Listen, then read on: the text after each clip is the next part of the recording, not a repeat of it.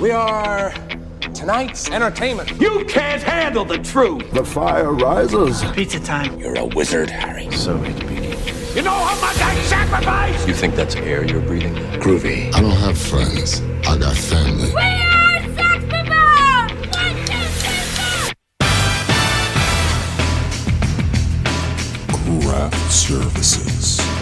Hey, Trent. Hi, Parth. How's it going? Good. You're looking well. It's good to see you. We saw each other just last night. Indeed, you look as well as you did back then. But you said you came on this morning, you're like, I shaved, and I was like, cool. Yeah, I was gonna say, I felt so clean and like, oh, like, I look like a little baby boy now. But Trent kind of just doesn't care about me or my physical appearance at all, which is cool. No, I mean, it's just good to know that about your friends. Well, what I said is that you can ask your friends to notice a haircut, but asking them to notice your shave is asking a bit much. Unless I'm doing No Shave November, in which case I think it becomes very obvious once I've shaved. You look at the calendar, you're like, it's November, and then, it all makes sense. No. But Parth, if you don't mind me asking, what have you been eating? I'm so glad you asked, Trent. I have had a bit of a... We have a film podcast, by the way. Oh, really? I didn't know that. But I slept over at friend of the show Sophia Alexis's house. Scandalous, I know. Yeah, co-ed sleepover. And the reasoning for which is that I'm about to go into production on a movie that friend of the show Adam Volerich is directing. And she has a bunch of decorations at her house that I needed to pick up that we're using for the movie for free. And so I got that in the morning, got them all over here. Then I had to take a shower, shave my face so that Trent could notice. He didn't. And then I was like, oh, wait, shit, we have the what have we been eating section. So I ran downstairs with my laptop in hand and took a handful of Cinnamon Toast Crunch, shoved that shit in my mouth and ate it. Oh, Cinnamon Toast Crunch was coveted. That was, for some reason... like Lucky Charms and like, I don't know, like other, like Cookie Crisp, that was considered like too grotesque to be brought into our home. But Cinnamon Toast Crunch was like right on the border of like being allowed. So that was like really at the brink of good sugary cereals. Trent, what about you? What have you been eating? Yeah, I didn't eat anything today, but I can get away with it because what I ate last night has to do with you.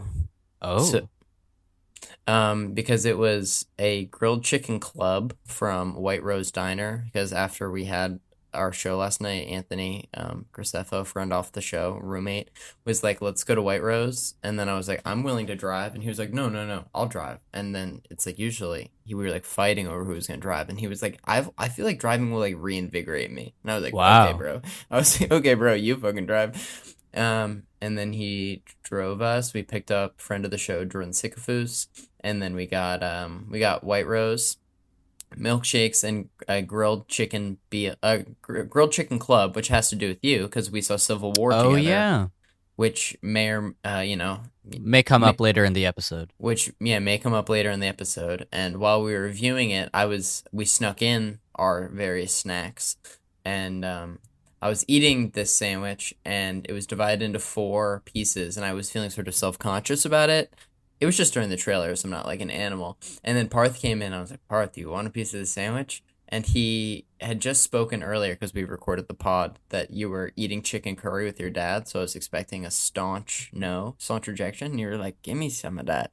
And then me and Parth, very chummy, rubbing the elbows, ate our sandwiches during the trailers before Civil War. And I ate the same thing last night. How wonderful.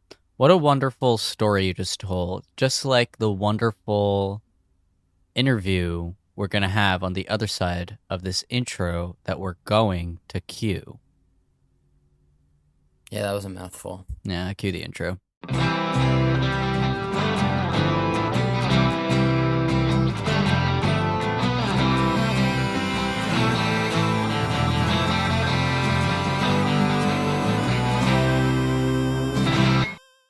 Welcome back to Craft Services, where we talk about the movies. Each week we talk about a film, and hopefully you have a crew member of that film to talk with us about their experience working on the picture. This week, Trent, are we continuing our conversation with Ben Seresin about his work on Godzilla X Kong: The New Empire? or am I just a fucking idiot? Wait, is this the Ben Seresin, like the cinematographer who's also worked on such films as like Unstoppable, Pain and Gain, and World War Z? That's the But guy. That is the but guy. but as well as Adam Wingard's film for our film for this week, Adam Wingard's Godzilla X Kong: The New Empire, which I mistakenly in our first interview foolishly called Godzilla versus Kong: The New Empire. Like a fucking idiot. You, having not seen the film at the time, or still quick to correct me, to put me back on track. I always am. Yeah. If there's one thing I love about this podcast is that it provides me with infinite opportunities to sort of put you in your place. Yes, you say don't bet against you, as in don't bet against Parth on the pod, and then sometimes you prove people wrong in the real world, and then you like give me like that look, and it's like this is like the don't get bet against Parth look. Well, You know what I actually, mean? a few days ago, I was at your apartment, and That's what I'm referring to. Yeah, we were talking with Anthony Grisefo, friend off the show, and he was saying something about an actress from The Wolverine, and I was like, she's not green in the movie, she's blonde. He was like, no, she's green, and I was like, don't bet against Parth. And then he looked her up, and she was blonde and not green. And What then do you I gave mean? you a Her look. skin, her hair? What do you? He was saying that her skin was green, and I think that her hair was red or something. And I was like, that's incorrect. She's just white and blonde, and she's got like some skin that she like peels off, and it has like a green tint, but she does not have green skin like throughout the movie. And then I showed it to him, or he searched it up and found it on his own, and then I gave you a look of what did I say? But honestly, what did I say? I said don't bet against Parth, which you should never do. And what I said was asking Ben Seresin, the back half of our series of interview questions, frankly. Yeah. He gets into some cool stuff. We get a little bit out of Godzilla X Kong territory in this one and start talking about Michael Bay, Tony Scott.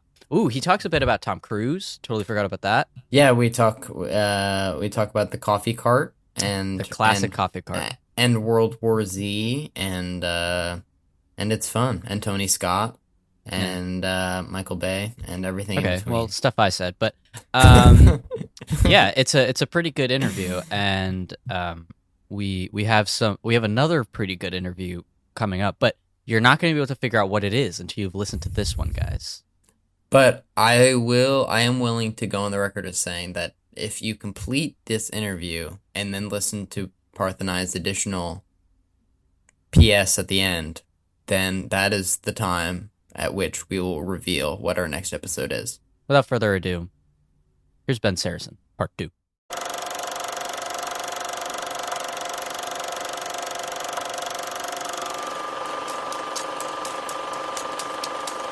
I was wondering if you could talk a little bit about like the equipment you were working with. You spoke a little bit about working with Panavision, I think. And sort of if you could talk about camera, lenses, lights, and sort of what kind of playbook you decided to build. Yeah, we were keen on this film. We shot the last movie 65mm with spherical lenses, and that felt like a great choice for that film. But in the interest of developing the look and the journey further, we decided on this to shoot anamorphic. So we shot Panavision 1.65 anamorphic lenses, Ultra Vistas. That was our main lens package, supported by, as I said earlier, these bespoke anamorphics we built, which were based on Petzval lenses, which are originally spherical lenses, but we used them and adapted them and built Panavision. Built anamorphic lenses based on those. So that was our main lens package. Shot Arri Alexa Mini LFs, and then had various other smaller cameras as backup. Generally, we tend to shoot single camera. It works for us in terms of, because we're quite specific with coverage, and we know, well, Adam's really good with editorially. He has great sort of understanding of what's needed within a shot and a scene, and so we just find it's quicker and more sort of pleasing just to work with a single camera. It creates a sense of focus for the actors and for us to really be less compromising with the shooting. You know, with one camera, you can always put the camera in the right spot in terms of what your perception is, but it can always be where you want it to be. As soon as you start working with two or more cameras, there's invariably a feeling of, or a potential feeling of compromise. You're not quite there. So tend to shoot single camera, and it worked on the first film, and we were keen just to carry that on with this film. This is a nuts and bolts question, but where was the principal photography and how long was the shoot? We shot mainly in Australia on the Gold Coast, where there's a big studio complex. Warner Brothers has a studio complex there. So that was our main shooting base. There are also great locations quite nearby that supported what we needed. We went up to northern Queensland in Australia for some of the jungle shooting for a couple of weeks. And then we went to Morocco at the end of the film for, I think, a week or two to finish a range of sequences, but predominantly, you know, the Egypt, Cairo scenes and a few others. And I think our shooting lasted, you know, on and off over the course of about 4.5 months, something like that. I think 4.5, 5 months. Relatively short number of shooting days for a movie of this scale because there was so much CG in it. Mm-hmm. But still, you know, pretty lengthy time. Just to sort of close out some of the Godzilla x Kong questions, what would you say was different about working on the sequel? I mean, I guess Godzilla versus Kong is also a sequel, but a sequel to the previous work that you worked on. What was like the biggest thing going into this one that you felt prepared you better, or gave you some sort of new outlook on this movie because you had worked on a movie like that before? I think because we were fairly pleased with our approach on the first one, it gave us the opportunity to go a bit further in that direction and directions based on where we'd been the first time round. I think we also felt like there was an opportunity to be much more refined with our visualization approach, have a very specific sort of plan with the realization of the film. And I think, you know, once you've done one, you can then look back at that film and see what worked in terms of the sequences, what was more effective and what was less effective. And you know, it's great going into another movie armed with that information. Not that you want to just build a world that's based on knowledge and safety, but more that you can really happily eliminate things that, you know, didn't work great for you in a way. You know, and that's a huge advantage. You just the language gets more refined and more specific. So Parth, are you ready to close out on Godzilla x Kong and move to the more general filmography questions? I think we're ready. Outstanding.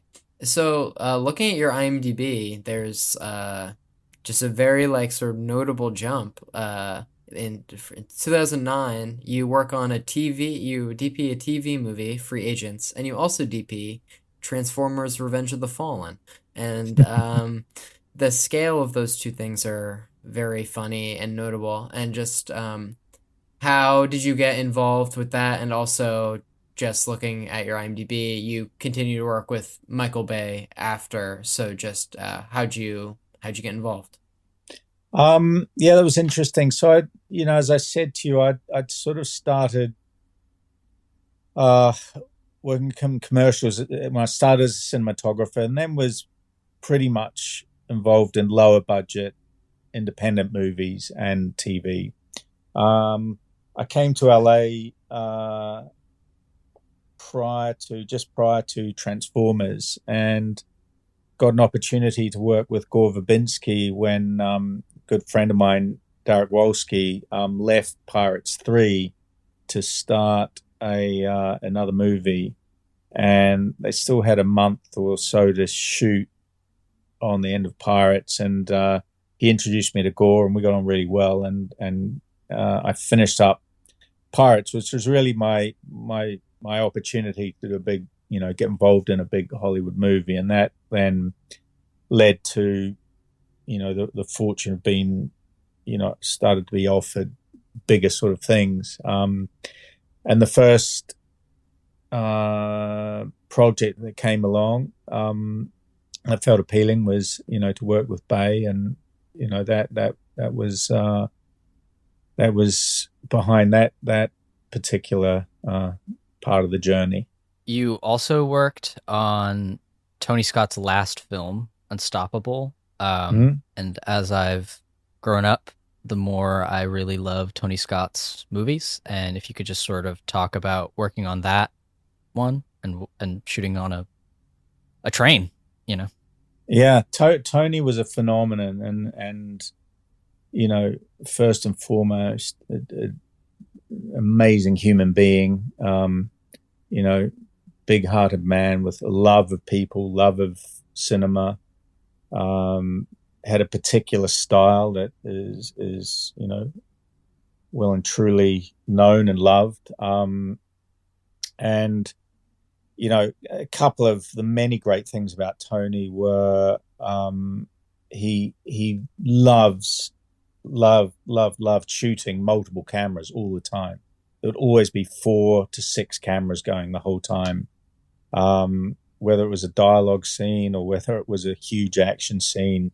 He loved that sort of coverage, and he loved the use of long lenses. If for those who are familiar with his work, which made shooting multiple cameras, really, possible in the way he did it.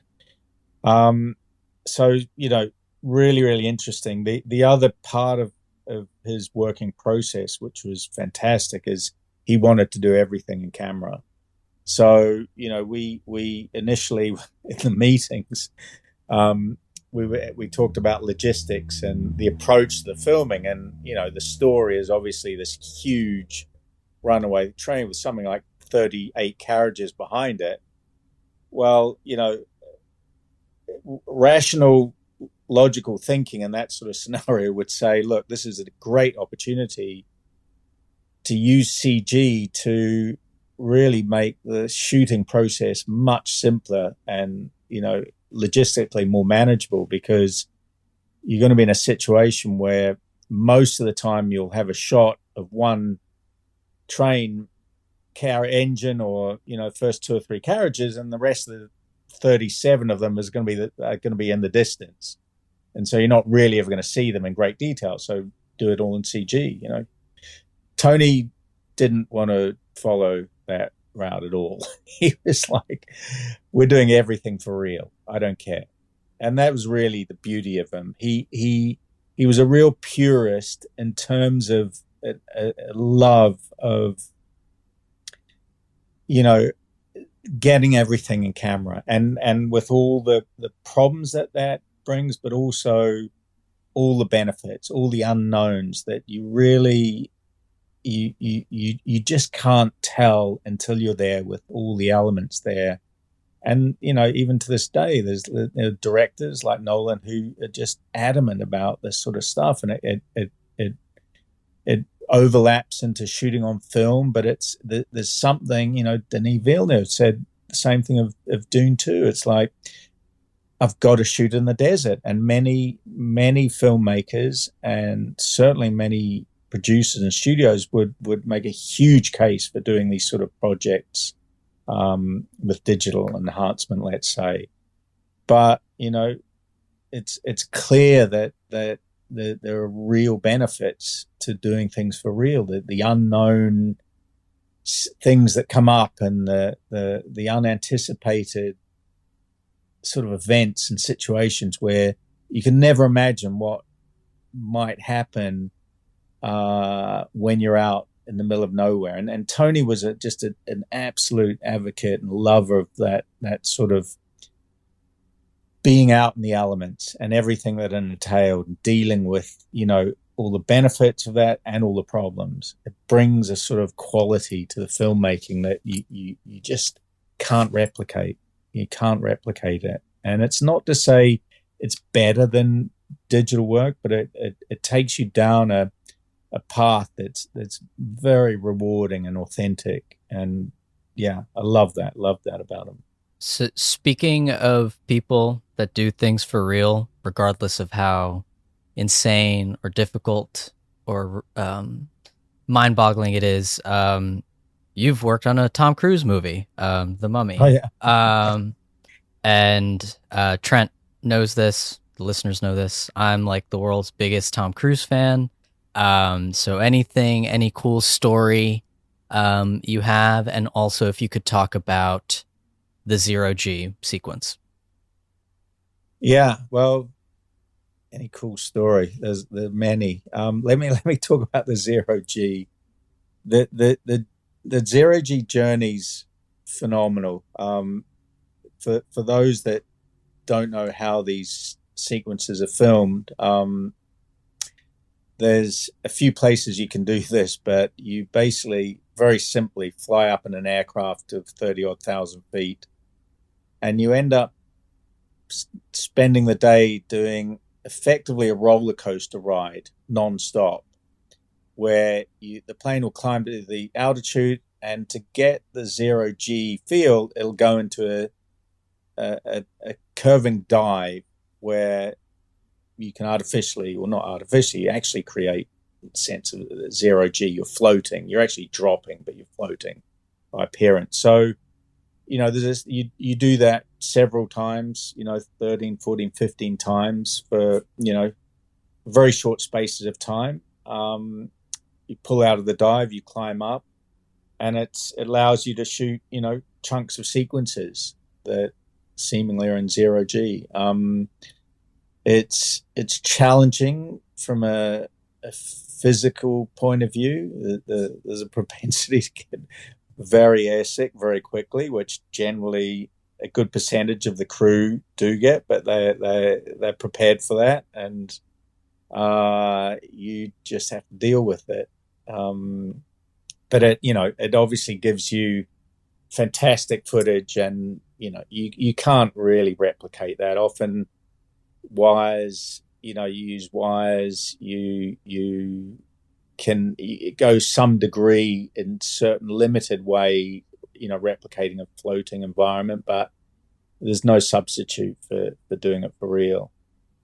Tom Cruise stories, yeah, there are many. I mean, the guy is the consummate professional. I've never met an actor with a more dedicated technical ability and curiosity. I at the beginning of the movie, we shot anamorphic on film, and I decided, as I often do, that before leaping into this, I wanted to really understand every anamorphic lens and every idiosyncrasy and quality of any available anamorphic lens. And I launched into this process of, exhaustive testing and pretty banal and boring locations, but places that would really demonstrate to me how the lenses operated. So I think I ended up shooting most of them in a very dreary supermarket shopping area, I guess, in a pretty dreary part of London. and had hours and hours of footage by the end. And Tom, who's forever curious about every aspect of filmmaking, said to me after I'd done the test, he said, "Ben, I want to watch all these with you." And I said, "Tom, it's like 16 hours of a shot of a supermarket interior. I mean, you can go crazy." But he was insistent, and he sat in and he wanted to understand what I felt were the benefits of some lenses and what were the benefits of others, and how they performed and how they worked. And that sort of summed him up. You know, he's obsessive like that, and it's great because it makes the films better. You know, it's well known fact that he does all his own stunts, but not only does he do all his own stunts, he'll do all the inserts on many movies. You'll have a famous celebrity actor who'll do their performance, and then you might need a close up of the actor looking at his watch to check the time. And Tom doesn't allow anyone to do that stuff, because he says in his mind he has a certain sort of manner and way of behaving and a physicality that is unable to be replicated, as everyone does. But for him, the authenticity of that is hugely important. So he'll wait an extra hour or two at the end of the day to get a shot of him looking at his watch, a point of view of his watch, where it could be anyone theoretically.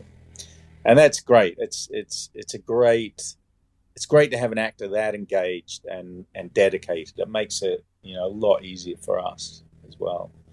We've interviewed quite a few people that have worked with the man, the myth, the legend. One question that's just sort of a random non sequitur. Did you have any experience with his coffee cart? Oh yeah. I had the coffee cart. Yeah. Yeah. I gave up coffee after that. It was too good. But we had the coffee cart, and it's just great to have it there the whole time. Yeah. That was it. So reading your bio earlier, Parth and I were both a little. We saw World War Z, but then we saw in your bio that you split DP credit with Robert Richardson, and we were wondering how that came to be. Yeah, so World War Z had an interesting journey into its final iteration, I guess. That it's a known fact that it was somewhat problematic. The shooting, they initially shot the movie, then it was decided at the end of the first stage of shooting that there needed to be extensive reshoots, and that journey was quite complex, just logistically, and for the studio to work out what they needed and wanted from the reshoots. That was a bit of a journey. So Bob shot the initial part of the film, in fact the bulk of it. They then went through a process, as I say, of working out different parts of reshoots that were needed. There were again a couple of opportunities for them to do that, and I joined the project after Bob went on to another production. I joined for the final chunk where we reshot a good part of the ending for the movie, in conjunction with some earlier sequences in the film as well. So, not untypical for these big movies. It's not unusual for a cinematographer to start a film and not be able to finish the project. And, I was fortunate enough to be able to pick it up. And, I'm a huge fan of Bob's work. He's really one of the legends. So it was great to have the opportunity to collaborate with them and really pick up the baton and carry on, that journey. I think the results were interesting and people seemed to like it, so we're really pleased. Is there anything you're working on right now that you are able to talk about? Nothing solid at the moment. I've been doing commercials for the last few months. Obviously, there's it's an interesting time with the industry. There's a lot of turmoil and change at the moment. I'm very lucky that I've always kept a foot in the commercial world, and I love that because, as I said earlier when we were talking, it just creates a great opportunity to experiment with techniques and different equipment, different styles, and different approaches. So, I'm keen now to do something quite different from, a big CG movie. What I love about the work and my job is that, you have these opportunities just to switch genres and, styles of work. So I'm excited about doing something small and maybe a more character driven, smaller scale sort of human based story maybe next time. Trent, do you think it's time? Oh, time for the Big Kahuna final question. Yeah. Mm-hmm. Outstanding. Don't be intimidated. The Big Kahuna final question is, what is the last great film you've watched? And the one note is that it can't just be good, it has to be great. It could be a first time or a rewatch. The last great film. God, there's so many. I think I'm really interested in films that well, listen, I'm interested in everything. That in answer to your questions, when I feel a film succeeds with certain sort of challenges, that really excites me because many films work in a way that you could predict they would be great when you look at really what they're about, who's involved, actors, director, crew, all that sort of stuff. What really blew me away with Oppenheimer was, and I'm sure everyone cites this film, is basically it's a movie about people talking. Now to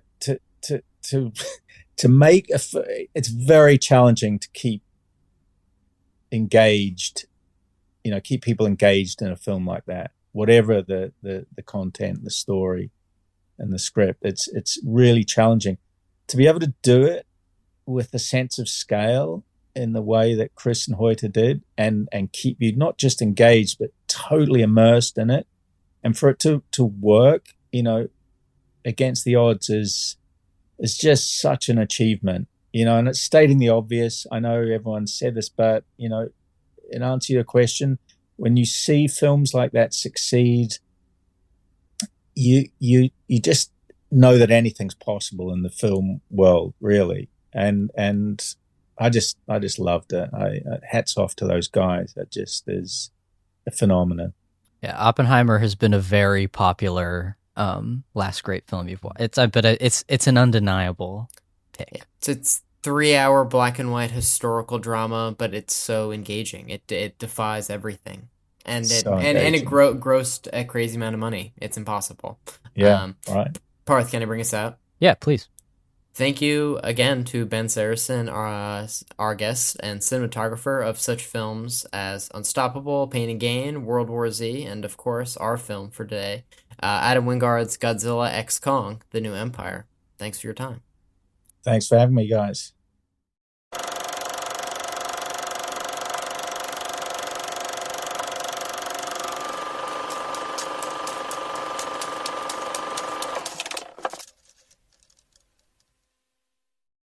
Whoa!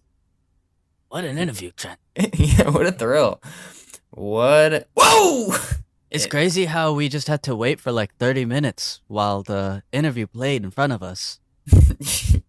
Yeah, we listened back to the interview in its entirety, and then that is what gave us the energy to do this additional commentary. But that was in all reality, that was a pretty cool interview, though, was it not? Yeah, I was like thrilled Ben Seresin came. He was really like, this is a good opportunity for us. And thank you to Ben. Thank you, awesome guest. Thank you for your time. Really cool. One thing I'll say though, a little disappointed Godzilla nor Kong showed up. I thought that was going to be part of the No. deal. I mean, I guess we established last week that I am Godzilla and you are Kong.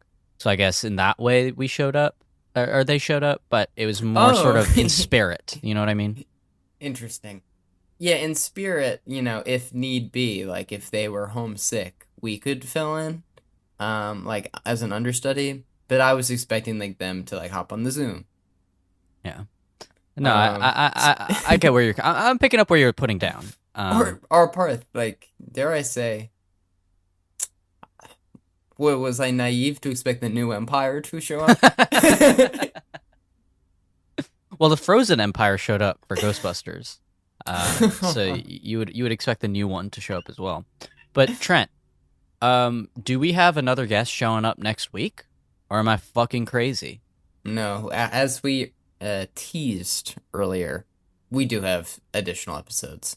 And, to tie it in with what I ate earlier, just to put a big bow on the episode, as we mentioned earlier, Alex Garland, Civil War.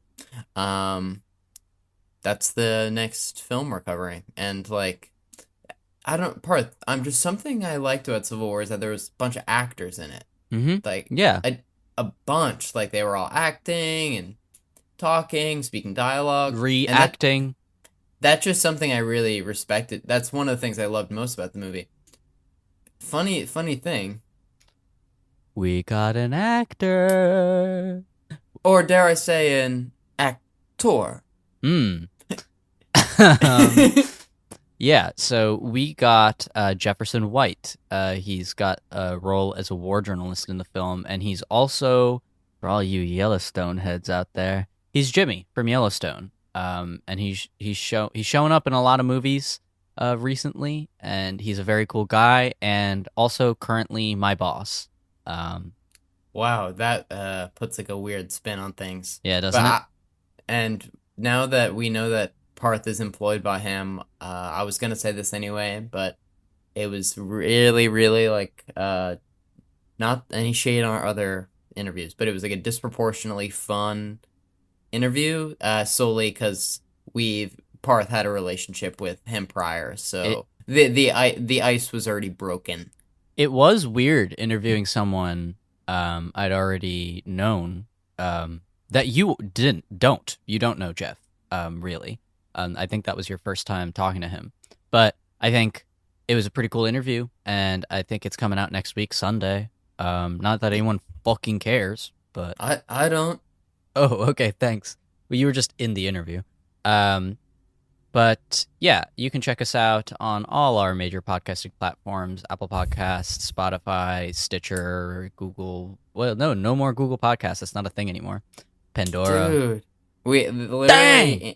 I'm the co-host of this podcast, barely, and we've never mentioned Google Podcasts before. So That's not true. So it's fine that it's gone. Anyways, you can also check us out on our social media on Instagram and Twitter. Post updates for the show there. Trent, anything else we're missing? I think we're good, right? Plus, I'm off Twitter, man. So what do you do about the craft services Twitter? You still do that sparingly? You Yeah, no, I still have Twitter on my I'll access Twitter on my laptop.